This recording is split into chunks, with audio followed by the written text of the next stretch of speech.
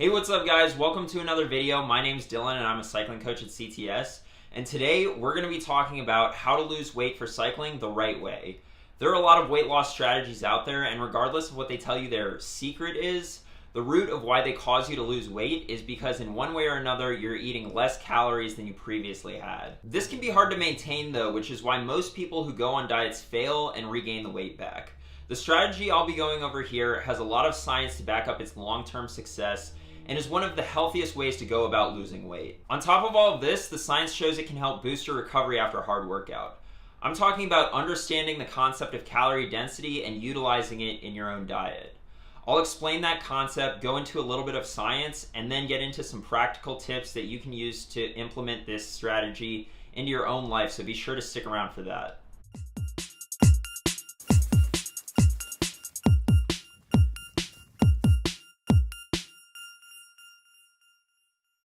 If you're new to this channel, I make weekly training topic videos going over tips and tricks that I've learned in my 12 years of racing and training experience that have gotten me to the top of the ultra-endurance mountain bike game in the US and as a cycling coach at CTS. I also go into the science on your training questions, so if you want to learn how to get faster or just more about sports science in general, be sure to subscribe and hit the notification bell so you don't miss anything. If you have a training question or a suggestion for a future video, be sure to leave it in the comments section down below. I do my best to answer all training questions in the comments section, but the volume of comments has been really high recently, so I apologize beforehand if I don't get to yours. It's that time of year when race season is fast approaching, and you've gotten in a pretty good base and are doing some good workouts, but you step on the scale and realize that, that saddle I bought that's 20 grams lighter isn't going to make a whole lot of difference when I'm toting around a whole old steel road bike's worth of extra body weight. Or maybe you're not an overweight weight weenie and you're just overweight, and most of the reason you ride your bike is to get healthier and lose weight. Either way, what I'm about to go over applies to you. Now you may be sitting there thinking to yourself, what is this skinny 20-something who probably has the metabolism of a racehorse going to tell me about weight loss? I looked like him when I was his age and I ate whatever I want. I understand, but what I'm about to share is demonstrated in the scientific literature, not just my own experience. Let's go ahead and jump into some science by starting off with why losing weight can be such a challenge, even as an athlete who trains for hours a week. For starters, it turns out that the weight loss from exercise might be lower than you think. A review on metabolic adaptations to weight loss in athletes stated that low energy intake and minimal body fat are perceived as indicators of energy unavailability, resulting in a homeostatic endocrine response aimed at conserving energy and promoting energy intake. So basically, as you reduce your food intake and get leaner, your body fights back, and this is for a number of reasons, like changes in energy expenditure, mitochondrial efficiency, and circulating hormone concentrations. Alright Dylan, but I don't need a study to tell me that weight loss is hard, okay? All I gotta do is look in the dang mirror when I'm wearing a skin suit to tell me that something ain't working. Just get to what I need to know already. Alright, let's jump into it. The strategy I'm talking about involves calorie density. Calorie density is just as the name implies. How many calories are packed into a certain proportion of food?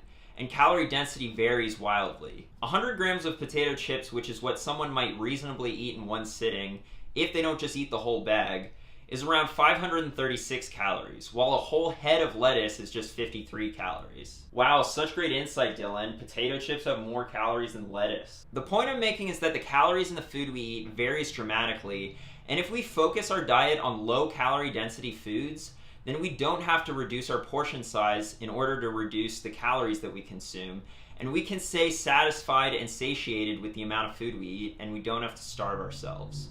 So what do low calorie density foods look like? As we can see from this calorie density chart, the foods with the lowest calorie density are vegetables, averaging just 0.2 calories per gram, and then fruits averaging just 0.7 calories per gram. These are the two food groups you want to focus on, not just because they're extremely healthy, but also because they have the lowest calorie density, meaning you can eat a lot of them without gaining weight. You want to lose weight? Then bump up that fruit and vegetable intake. Okay, so this whole calorie density thing is great in theory, but does it have any science to back it up? Has it been put to the test? A study on energy density of foods' effects on energy intake took 18 subjects and provided them with meals for 2 days during 3 separate testing sessions. In these 3 sessions, the subjects consumed either low, medium, or high energy density or calorie density meals. The results showed that significantly more calories were consumed for the higher energy density conditions, even though the amount of food by weight was relatively similar. Calories consumed were around 1,800 calories for the high energy density group and below 1,400 for the low. And that's the key here with energy density. You don't have to reduce your portion size or starve yourself to lose weight. And 400 calories is the kind of deficit we're looking for to have consistent gradual weight loss. The study concluded that energy density influenced energy intake independent of macronutrient composition, and that subjects reported no difference in feelings of hunger or fullness. Okay, that's great, but that was 2 days of eating. How does eating low calorie density stack up in the long term? A study on energy density's effects on weight change over 6 years took 186 subjects and measured the energy density of their diet. 6 years later, they found that the energy density of the diet had not changed for the individuals, and that a higher energy density was associated with weight gain and a higher BMI.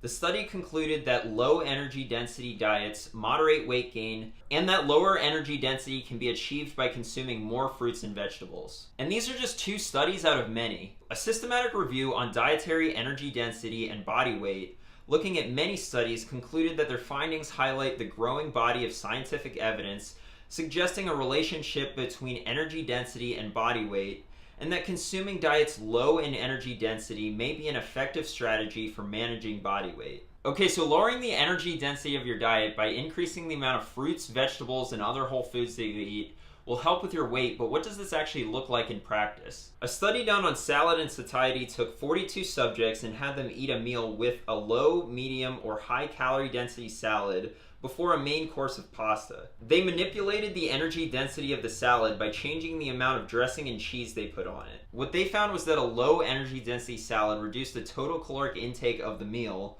since subjects ate less pasta afterwards. And what's crazy is that an even bigger salad reduced intake even further. So more food, less calories. The opposite was found with the high calorie density salad with dressing and cheese. Eating the salad increased the total number of calories consumed during the meal. The study concluded that eating a low energy dense first course enhances satiety and reduces meal energy intake, and that consuming a large portion of a low energy dense food at the start of a meal may be an effective strategy for weight management. Okay, Dylan, all of this is well and good, but I didn't see any of these studies use athletes. I'm a high performance thoroughbred race machine who won the town sprint at the Tuesday night group ride that one time when the fast guys took a recovery day. Not some, quote, normal study subject. Fair enough, and guess what? The inclusion of high amounts of fruits and vegetables is actually even more important for athletes, not just because it'll lower the calorie density of their diet, but because it'll improve their recovery after hard workouts because of the increased antioxidant intake. Let's jump into some science to see how various fruits and vegetables improve your recovery. A study looking at the effect of tomato juice on oxidative stress took 50 male track athletes and divided them into 2 groups, a control group and an experimental group that drank tomato juice after their workouts. They tested both groups in a 12-minute time trial before and after, and found that those drinking tomato juice ran significantly farther than they previously had, while the control group saw no improvement. The tomato juice drinkers also showed a reduction in markers of oxidative stress, leading to the conclusion that the antioxidant lycopene in the tomato reduced oxidative stress and improved performance. These sorts of findings are all over the scientific literature. A study on lemon juice and exercise-induced oxidative stress found the same thing, concluding that the lemon did not block the cellular adaptive response, but also reduced cellular oxidative damage. Cherry juice has been shown to increase antioxidant capacity after a marathon, leading to aided recovery, and in another study reduced symptoms of exercise-induced muscle damage. That study showed that strength loss after eccentric exercise was 22% with a placebo, but only 4% when subjects consumed cherry juice.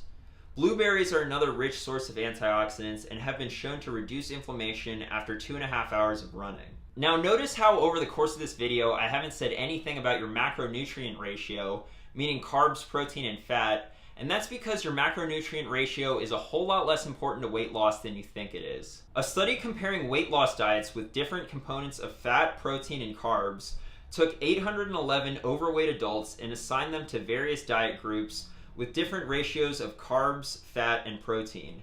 which the subjects followed for 2 years. What they found was that there was no difference in weight loss between the different diet groups. They concluded that reduced calorie diets result in meaningful weight loss regardless of which macronutrient they emphasize. If you're thinking about your diet in terms of macronutrients, then you're thinking about it in the wrong way. Carbohydrates could come from sweet potatoes or candy. Fat could come from walnuts or hydrogenated vegetable oil. What you need to do is focus your diet on whole foods, not processed ones, and in particular, the low-calorie density ones like fruits and vegetables. That's the science on how understanding and applying the concept of calorie density to your own diet can help you lose weight. Basically, your mom was right. Eat your veggies. Not exactly groundbreaking stuff. It's pretty common advice that we've all heard before, and that's because it works. It isn't a fad diet. Now, what are some practical tips that you can use to implement this into your own life? For starters, stop thinking of vegetables as your side and start thinking of them as your main course. When you prepare a dish, start by thinking about what vegetables you're going to use and then add in the other food groups. And make sure vegetables take up the majority of your plate. Having a salad with every meal is another great way to lower your calorie density, as we saw, just so long as you don't use high-calorie toppings. Use fruit as your snacks throughout the day and after rides to capitalize on those antioxidants for aided recovery. My go-to after a hard ride is a bowl of oatmeal with a high antioxidant fruit like berries. And be sure you stick to whole foods. As we can see, there is a huge difference in calorie density between processed and unprocessed carbohydrates, for example. Finally, you want to lose weight gradually instead of all at once because that'll help you keep it off, and large calorie deficits will compromise your performance and recovery. Make sure you're losing weight before your competition season, not during, and make sure you're well fed for your high intensity workouts so you can get the most out of them. Thanks for watching. I hope you guys found this information helpful. If you like this video, be sure to give it a like, share it with a friend, and subscribe for more training tips. If you want to see more coaching content, be sure to follow me on Instagram, Twitter, and Facebook. And if you want to follow my training leading into this upcoming season, be sure to check me out on Strava. Finally, if you're looking for a coach, shoot me an email at djohnson@trainwright.com.